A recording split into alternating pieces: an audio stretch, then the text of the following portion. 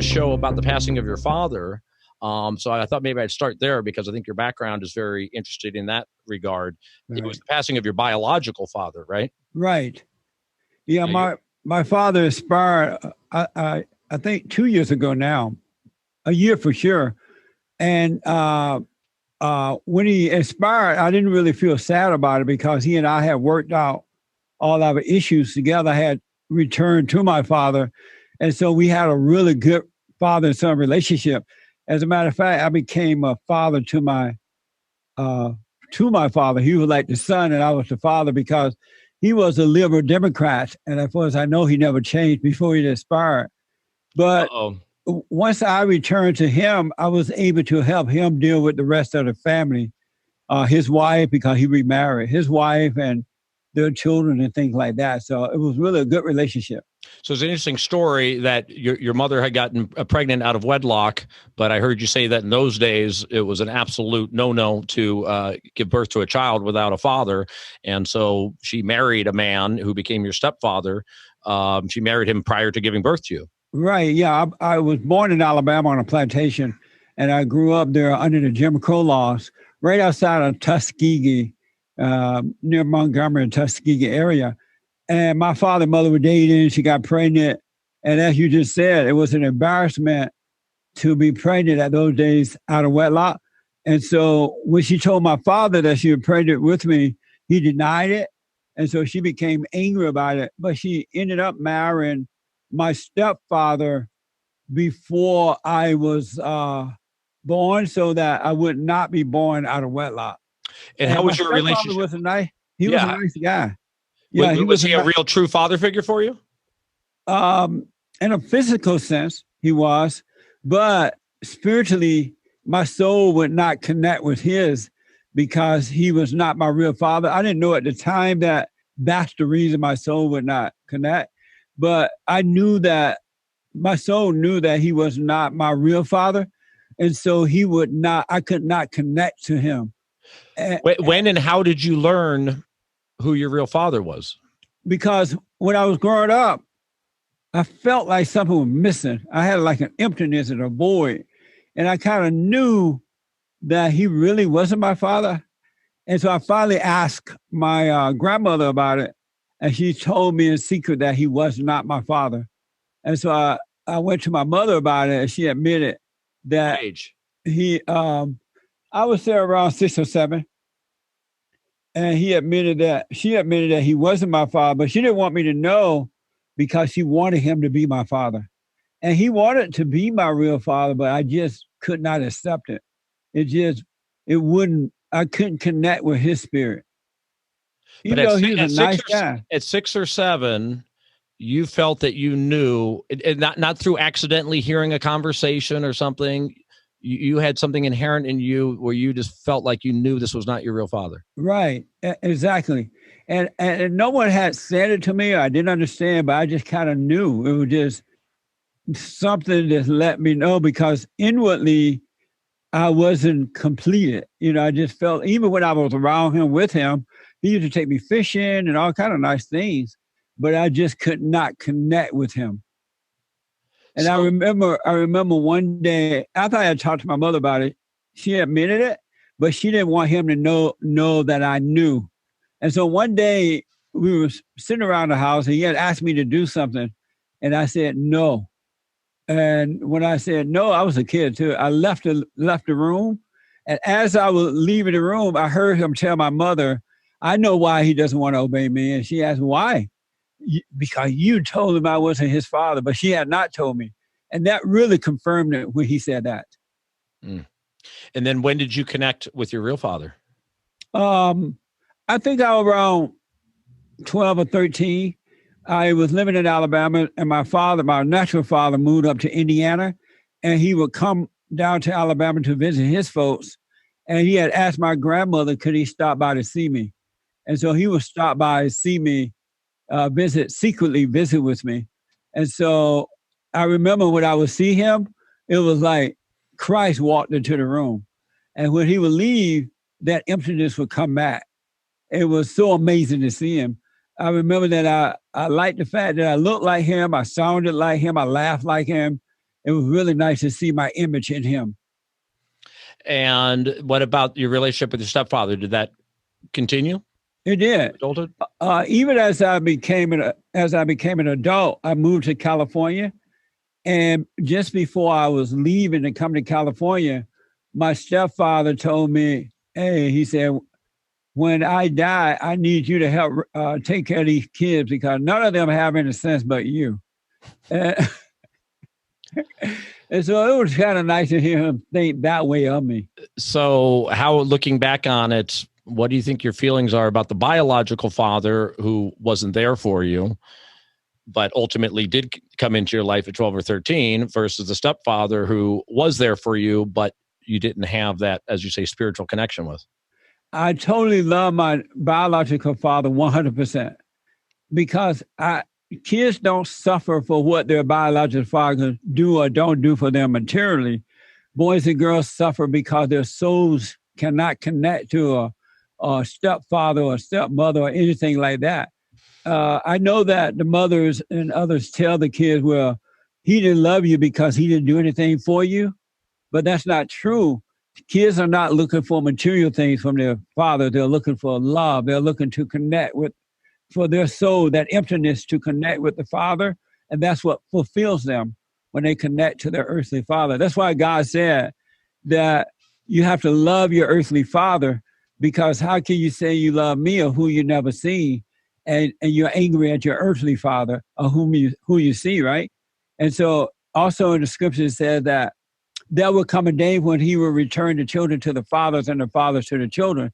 And that means adult children as well, because you never, ever, ever, never going to have peace unless you return to your earthly father, because the earthly father represents God. He's the Son of God. And if you don't love the Son, you cannot love the Father. Well, we've touched on a lot of subjects where the importance of a unconditional love from a father and a mother is so critical to the upbringing of a child.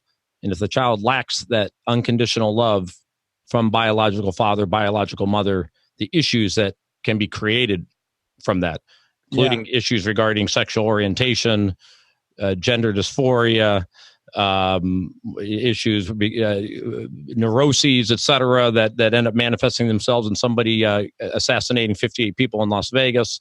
So I 1,000% am on board with you that having the unconditional love of a biological father and biological mother is the absolute ideal state to raise a child in. Well, it's more important that boys and girls love their fathers. You should never be angry. You should never resent. You should never hate, which is all the same. But if you gotta hate, if you just have nothing else in life to do but be angry or hate, it's best to do it with the mother and not the father. Because even if you do love your mother but don't love your father, you're still not going to be able to return to God. You won't have peace, because it's the father that represents God, not the mother. The love comes from God through Christ, Christ through the earthly father, the earthly father to the mother, and the mother to the children. And so women don't have love to give. They're the receiver of love from the man, the husband, or their earthly father. And you believe that irrespective of whether the child is male or female. You don't think it's more important for the male to bond with the father and the female to bond with the mother? No, both boys and girls should bond with their father. They should not hate either parent. They should love both parents by not resenting them. But they should definitely, boys and girls should definitely connect with their earthly father, because if they don't, they will be lost in the wilderness and they will look for love in all the wrong places. They will end up on drugs. They will end up making bad decisions, because if you cannot love your earthly father, you're not going to be able to be guided by the light of God. You will not enter into the kingdom of heaven unless you love your earthly father. And that's for boys and girls. So we agree as far as the principles, as far as the basis for it. I think we disagree. I don't necessarily put a religious component to it like you do. I say that everyone has this inherent need to be loved. And if they feel that they were rejected by a biological parent for whatever reason that parent is not there, they feel rejection from that. And that has major psychological impact on children. I agree. They definitely need both parents, father and mother. That's why divorces are not good. It's not good to have babies out of wedlock. It's not good to get married, have kids, and then marry somebody else and leave your kids, or bring a step parent between your kids, because the kids need their natural father and mother for sure. So how did you become so religious? Tell us that journey. Well, I was born, when I was born in Alabama, as I said, and my parents were Baptists, so I've always been like a Baptist. And when I became a teenager, I became a Christian, but it didn't really change my life. Nothing really changed. Even though I would go to church, I would read the Bible, I would give up tithes and offerings, I would help in the church, I still had that emptiness. And once I moved to California, I started to, ask the other preachers around this town, what is wrong with me? I do everything the Bible says to do, but I have no peace. I still have that fear and doubt and that void and that emptiness. But they didn't know what the answer was. They would say, oh, read more Bible, go to more church, or whatever they were saying. And that did not work. And so finally I asked God to let me see what was wrong. Because I read in the Bible that if we are children of God, we should have peace. Christ came that we might have peace, but I didn't have that peace. And so finally, God allowed me to see. I asked him to let me see myself.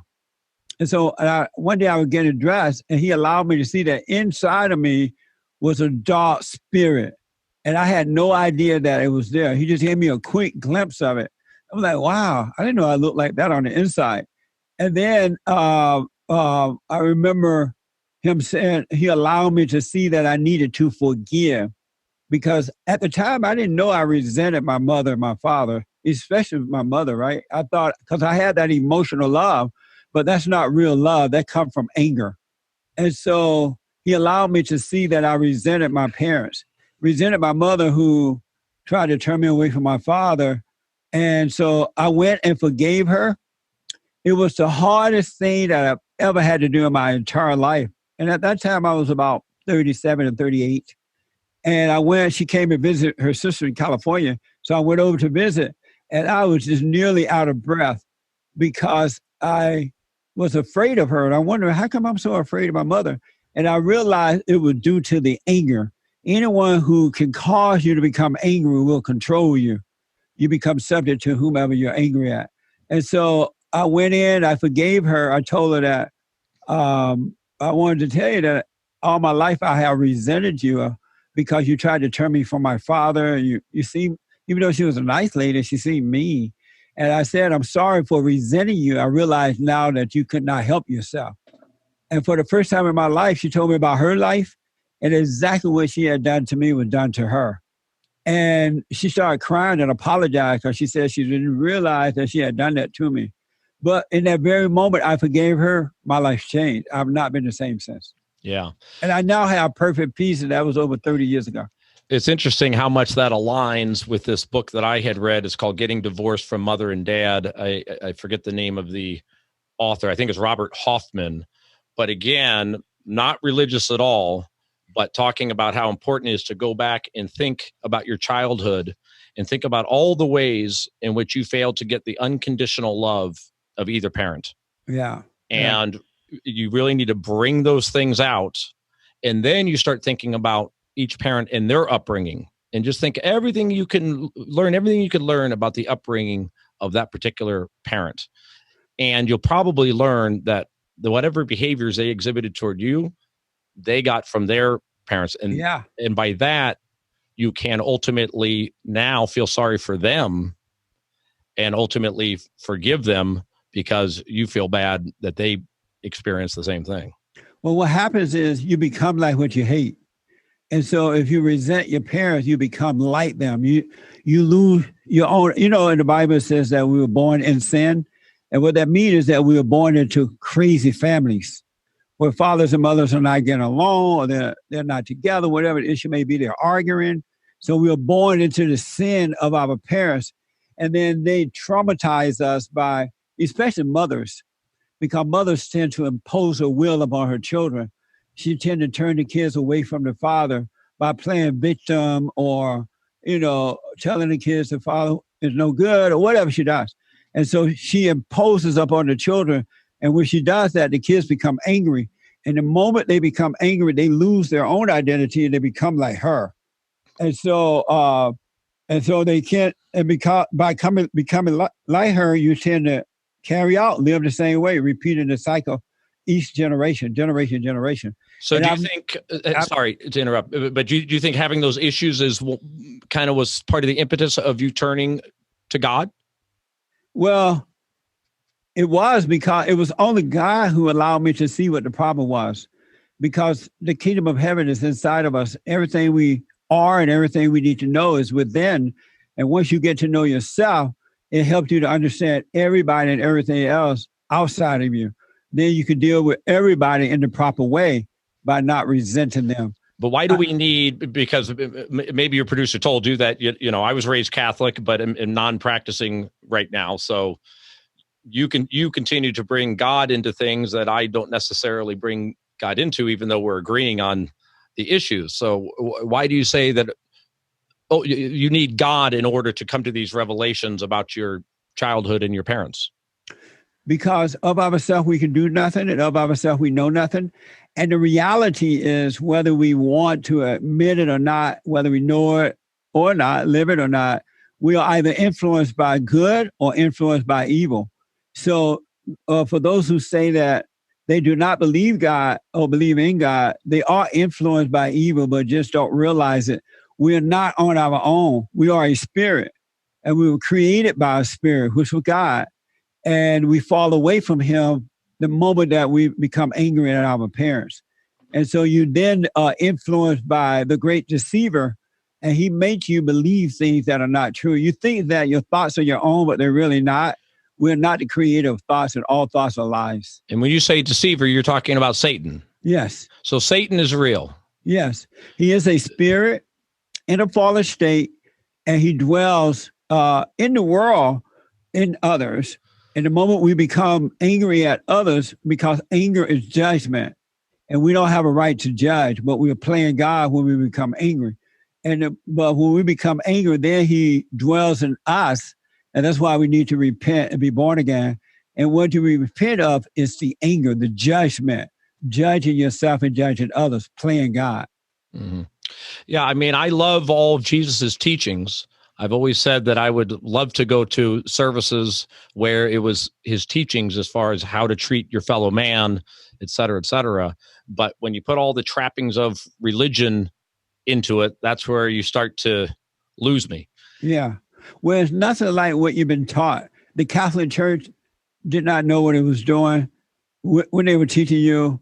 The Baptist churches, the whatever else churches, because they're not supposed to teach you about God.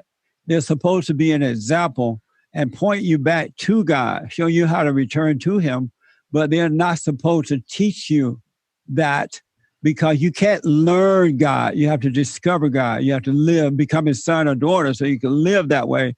And each moment you're discovering him. You're not learning him. But intellectually, when you learn about him, it's a false sense of knowing him, but you really don't.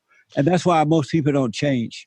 So I don't know how you intellectually learn him. I assume that's through the Bible. Yeah, study the Bible, or someone tell you about him, some teacher, some preacher, or someone like that. So I wound up going to some pretty serious Bible study. I was married, and she was born again. She was raised Catholic, but then became a born again Christian. We got married. I wasn't real comfortable with the born again thing, and just having been raised Catholic. So we kind of mutually agreed to try to come together through Catholic Bible study. Yeah. So we were going to a Bible study with about 8 people in it. And this guy was really like a scholar when it came to the Bible. I mean, I really enjoyed it. I felt like I was getting a history lesson, because the Catholic Church doesn't really teach you the Bible. So I listened intently and so on, and went for a year every week. But I got to say, I came out of it with more doubts about it than I did going in. He's pointing out things in the Old Testament that points to things in the New Testament and so on. And my lawyer mind is going, I'm like, this stuff is just not adding up to me. I mean, it wasn't passing the logic test. You should never sit under a so-called scholarly Bible person, because all they're doing is feeding you knowledge, and the letters kill us. Knowledge kills you. It doesn't give life. It only feeds the intellect. and it makes you think that you know when you really don't know. It destroys you. It doesn't give life. And that's why they're not supposed to be teaching you the Bible. It's a horrible mistake to do that. Okay, you're going to have to explain that because that's confusing to me. Why is it not good to teach someone the Bible? Because you're just learning as a person would in any other secular school. They're just head knowledge, and it puffs you up, and it causes you to believe that you know what you really don't know. It doesn't do anything for the soul, except that it kills the soul because it builds the ego, and the ego is of your father, the devil. Okay, but the basis of all this of Christianity is this book, the Bible. So understanding the Bible as a starting point seems like a wise thing, no? Well, you should not intellectually understand the Bible. Once you're born again, you have a teacher within, and he will teach you all things. So when you are born again, then you open the Bible up. You don't have to learn it. You don't have to remember it. Just open it up, read it, put it away, and it will be revealed to you from within.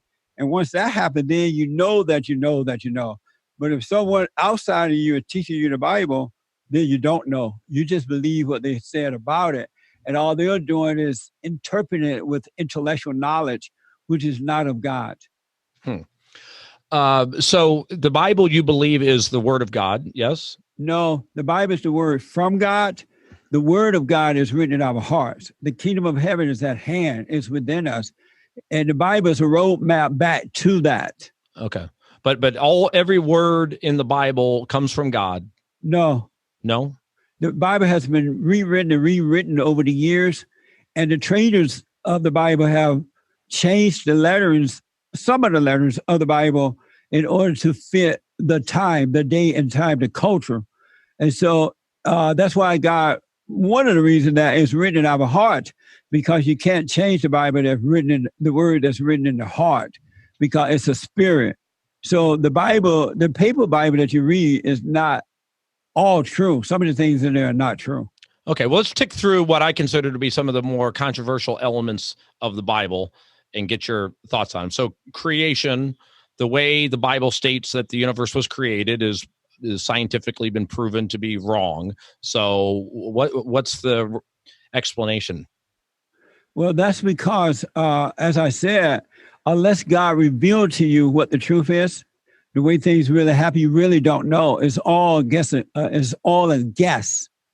Well, science isn't a guess. Science. Well, some science, you're right.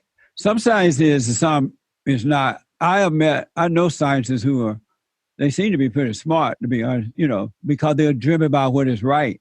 But you should never take anyone at their word. You should hear them, but don't hold on to it. Let it go in one ear and out the other one. And if you desire to know, it will be shown to you. What's your feeling about evolution?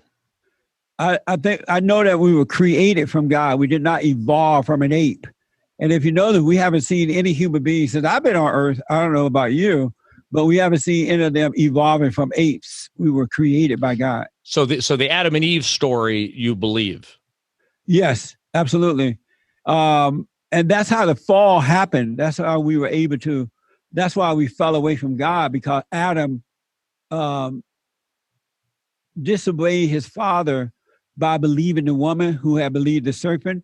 And so she believed the serpent, and so he became her father. Adam believed the woman, and the woman became subject to the woman rather than being subject to the father. That's why Christ came, that he may sacrifice his life for us and put everything back in order, restore what was there prior to Adam doubting his father and believing the woman who believed the serpent. Okay, what about, so you believe that man was created directly from God, did not evolve. What about other elements of evolution where, started from single cell and then into whatever they call it next, amoebas, and then eventually they're big enough to crawl out of the ocean and so on. Do you believe in some of those concepts of evolution? Maybe. I'm not really good on that kind of stuff, so I don't really know. But I believe animals and plants and things like that evolve from one thing to another one. But not humans. Not humans. We are created. Animals are not created in the image of God. We are as humans. So I know that. So if there was evolution, you have perhaps the Big Bang, you have all these galaxies forming as the things are expanding, and then solar systems and stars and planets, and then eventually life forms on this planet, right? Right. And then at some point, God creates man and drops him onto Earth in the middle of that evolutionary process? Interesting question. I'm not an expert on evolution and all that kind of stuff, so I can't really respond to that. Okay. All right. Next controversial one. As I recall, I didn't look this up just before we called to make sure, but you've got the 10 Commandments is in Exodus, right? And then you have various punishments that are prescribed for various conduct. So if you kill a man, I think you're supposed to be killed. That's kind of the eye for an eye statements. And one of them says, I believe, as I recall, kill another man, you shall be killed. Kill a man's slave, and that's 10 years punishment or whatever it was. There's a clear dichotomy between the punishment for killing another man versus killing a man's slave. You know the section I'm talking about? I'm familiar with, yes. Right. But what do you think about that? I think what you haven't realized is that was all that happened in the Old Testament. And so now that Christ has come and he's restored everything, it's the spirit now. It's not the letter of the law. It's the spirit that we should live by and not the letter. Things have changed in that God said we should love one another as he loved us. And so, yes, if someone commits a crime, they should be punished because the person that committed a crime is not capable of living by the law of God within, right? So they need the physical punishment. They need the laws of the land in order to contain them. But and so they should be punished according to that law, whatever the law might be, especially if it's fair. They should be punished. They have to be, otherwise they would go completely out of control and it will affect everyone. So you're saying that through Jesus Christ, God's rules sort of changed post. Right. Because Christ. before Christ, one of the reasons that Christ had to come because human beings were not able to keep the letter of the law. And so he had to come and restore things back so that we could live by the spirit of God rather than the letter of the law. It's love. And the letter of the law is love. God is love. And once we become his sons and daughters, then we love all people. We speak up, we don't hate, we take whatever action needs to be taken, but we just don't hate, we love as God loves us. And is God perfect? Absolutely. So in God setting these two different punishments, if he's perfect at that time, why was he setting this different punishment for killing a slave versus killing another human? In that time, men had fallen away from him in the Old Testament, and he had to have some type of law, as I said, to contain the people. Now they're controlled by the law of the heart instead of the land. So the Old Testament does not apply to today's New Testament. Gotcha. Okay, and Jesus's birth was of a virgin? Yes. So scientifically, of course, that's not possible. Right. But through God, all things are possible. So it was a miracle, obviously. Yeah. And then Jesus died and came back again, which obviously is another miracle. Right. Yeah. So is God still, people are looking for these miracles. They want to see it today. I mean, those are like major miracles. I mean, having a child while being a virgin is a true miracle. Coming back from death after 3 days being dead is a genuine miracle. Yeah. First of all, there's no way to prove that happened. It's really a belief that we have, right? Well, that needed to happen that way because Christ was pure. He had not committed any sins at all. And so Mary represented a virgin who had not committed sin. So Christ had to come through that way in order for him to make the proper sacrifice that we may be able to return to the Father. Up until that point, Satan had a right to mankind because mankind has sinned. Christ had not sinned, so Satan had no right to him, but he took him in anyway. And once he took him in, it allowed Christ to sacrifice in order to kind of buy us back, get us back, so we'll have a way back to the Father. But I mean, the whole thing, if you think about it, it's 2,000 years, but it's a pretty wild, fanciful story. How do you get someone who's sitting there with kind of a logical mind like mine, looking back and thinking, this, I just can't believe this story. It's God sent his son, and it was born through a virgin, and son died, and 3 days later rose again. And there's lots of virgin birth stories in those days, right, that were being passed around. So, well, a person for skeptics like me, what do you have to say? I would have to say to you, suffer and die, because God is not going to impose his love upon anyone. He will either allow you to want to know him by, searching and seeking, or maybe your suffering will cause you to cry out to him to get to know him. But no one should be convinced. You shouldn't allow anyone to convince you with words and things like that there is a God. You should just let people suffer. Either they wake up by crying out to God, or they suffer and die. Because if you're not a son or a daughter of God, then, as I said, Satan is your daddy, and you're dying anyway. You're not living. So let me tell you what I believe in, which is, and I think we probably agree, I believe extremely strongly in the golden rule, that people live by the golden rule, that individual freedom, everyone should have individual freedom of choice, and that every child deserves the unconditional love of their mother and father. And what do you mean when you say unconditional love? Well, that you should love your child regardless. So in other words, let's say your child gets hooked on drugs, you should still love your child. Let's say that no matter what your child does, you should still love your child.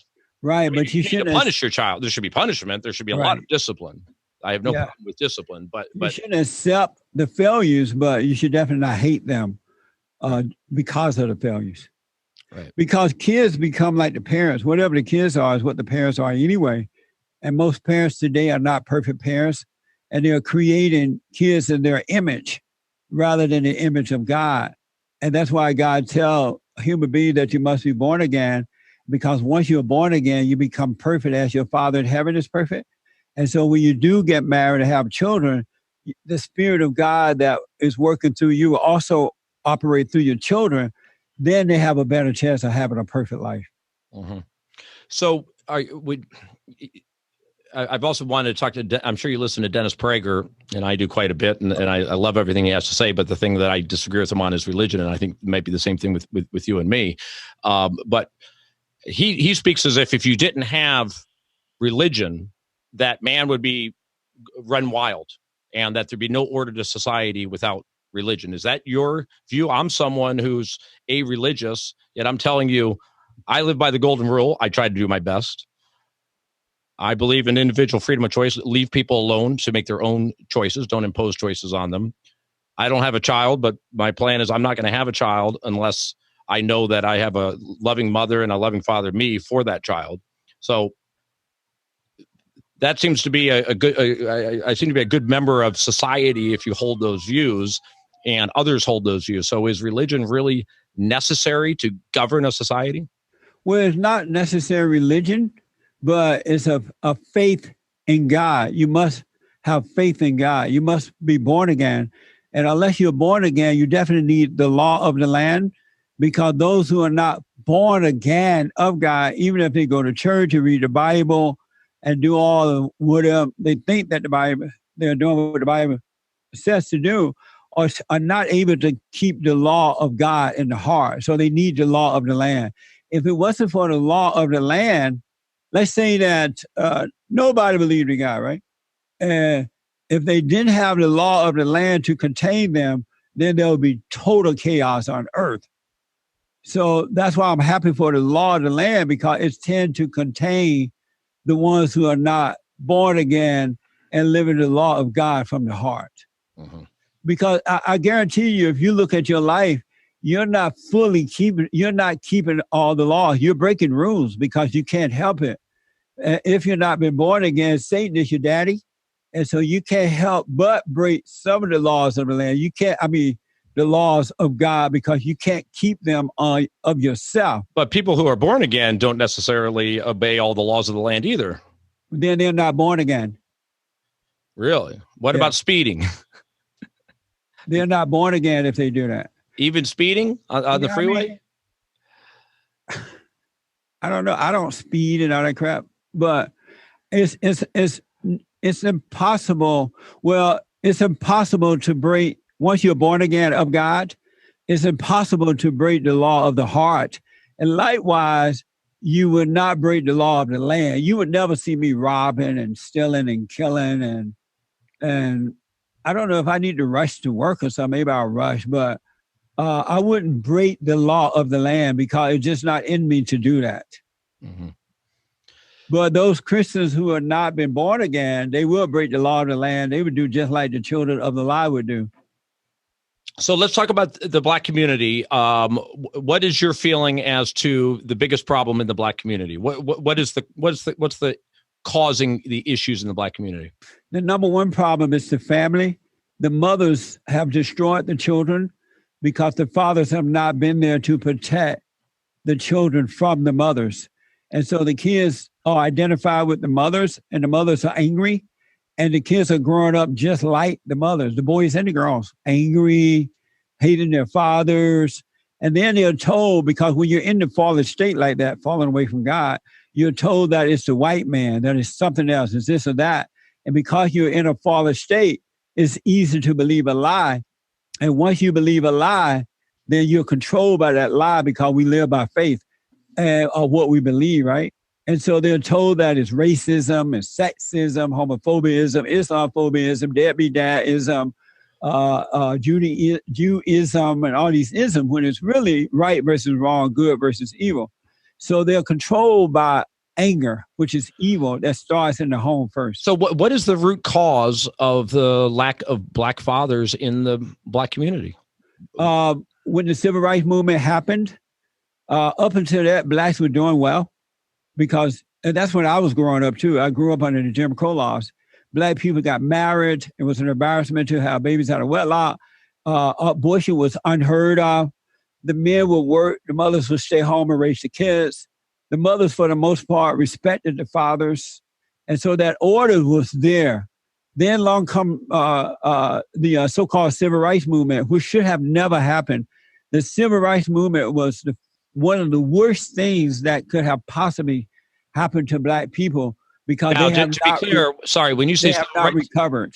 When you say Civil Rights Movement, are you talking about Martin Luther King's movement or the movement post Martin Luther King? Martin Luther King's movement. Okay. Because the Blacks have not recovered since then. So the Civil Rights Movement came along and they pretended that they were trying to help Black people.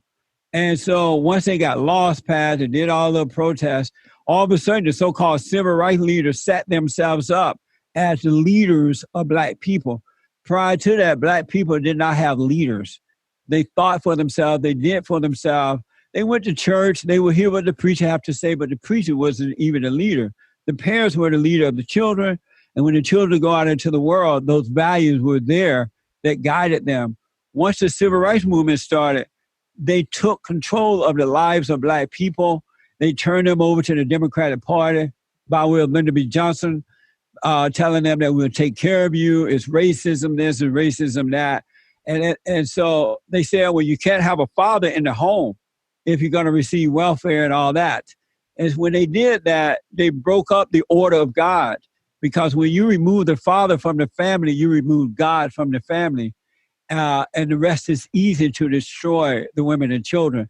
And it's just been downhill ever since. Because if you put a human being over you as an adult, you will be controlled by that human being for their own personal need. So I think I hear a couple things you've identified. Basically, the civil rights leadership let down the community by continuing to tell the community that whites are racist and they're out to keep you down. Right. And they fought on your own. And they fought for government free stuff for them, and the government's going to take care of you, but you can't have a man in the home. Yeah. So that's the other one I was going to say. So in particular, you believe providing welfare benefits to a woman who has a child is one of the major causes of Black fathers not being there, because the women were having children irrespective of who the man was to make money. As a matter of fact, they had children just to get free money.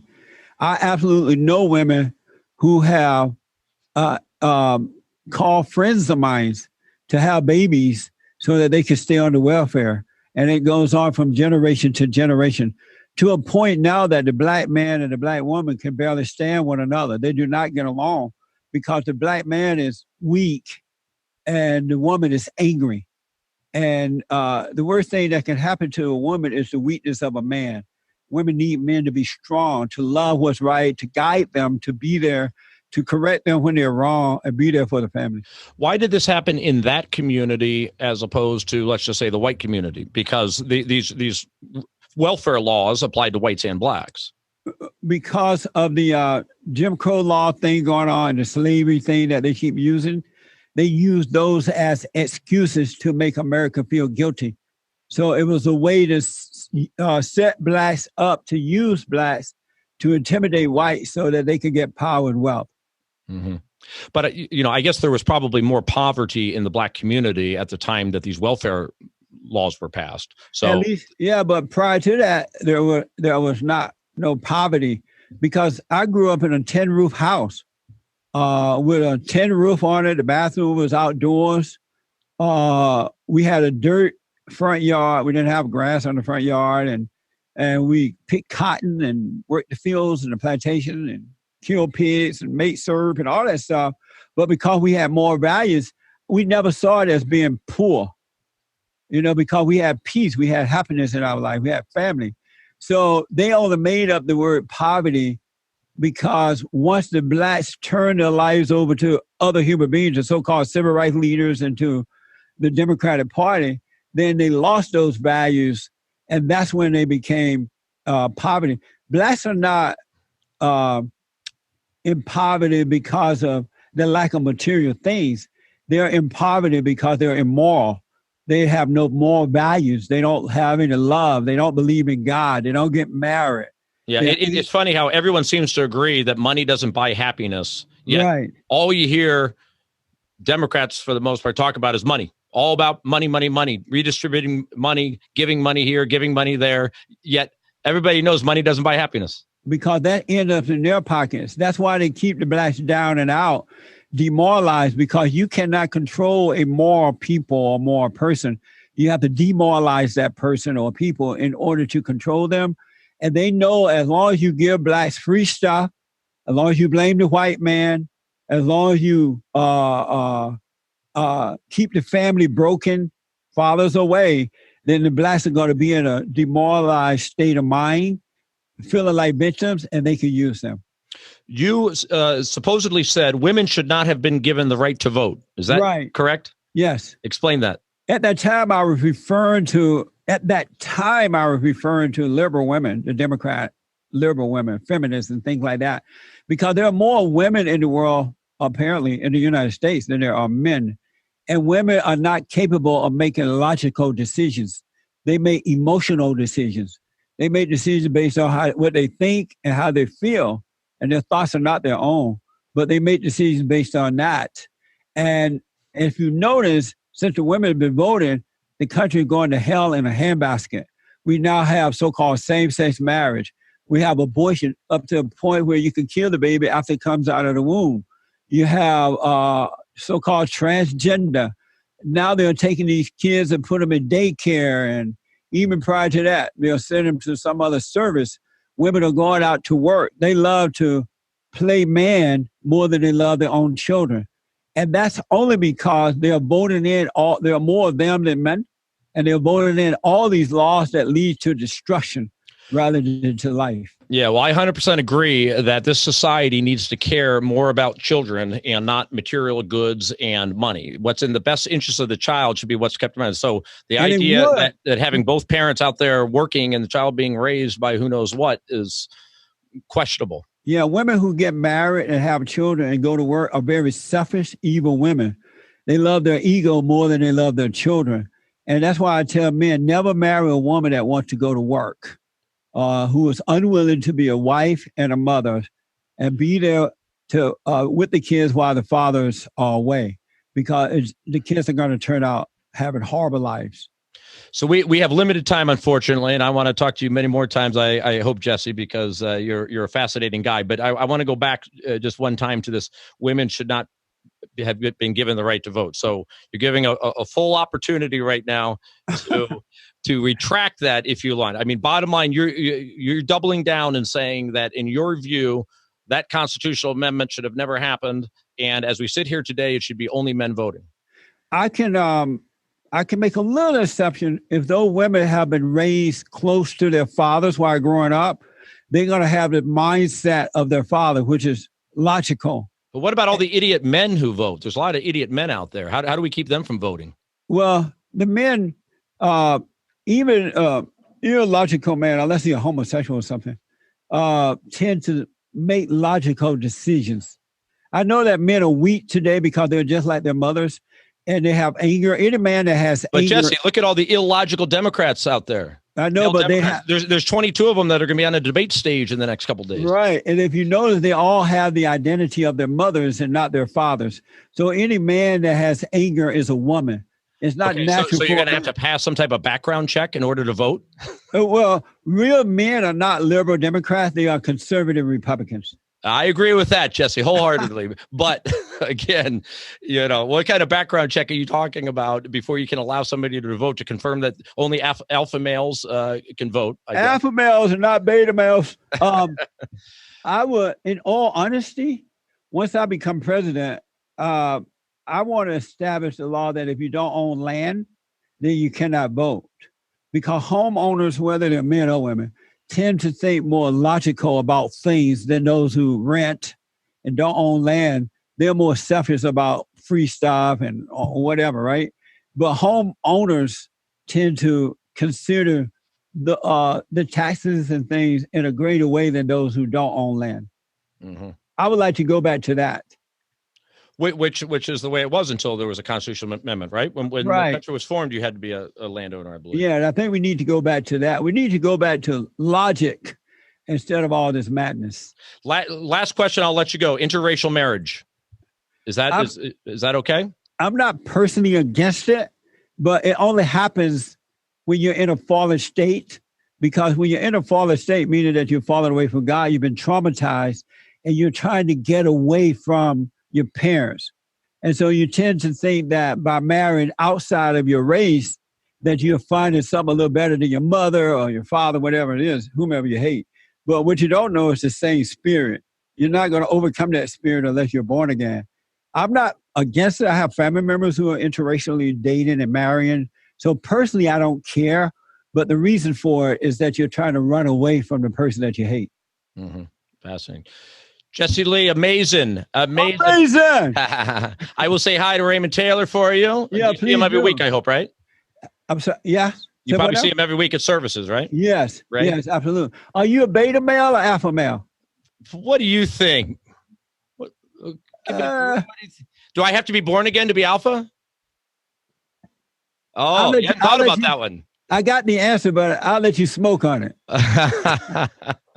All right. You got to give me the answer next time we talk. See, that means you got to promise me we're going to talk again. I'll be happy to come on with. I really enjoy talking to you right now. Thank you. Thank you, brother. Appreciate it.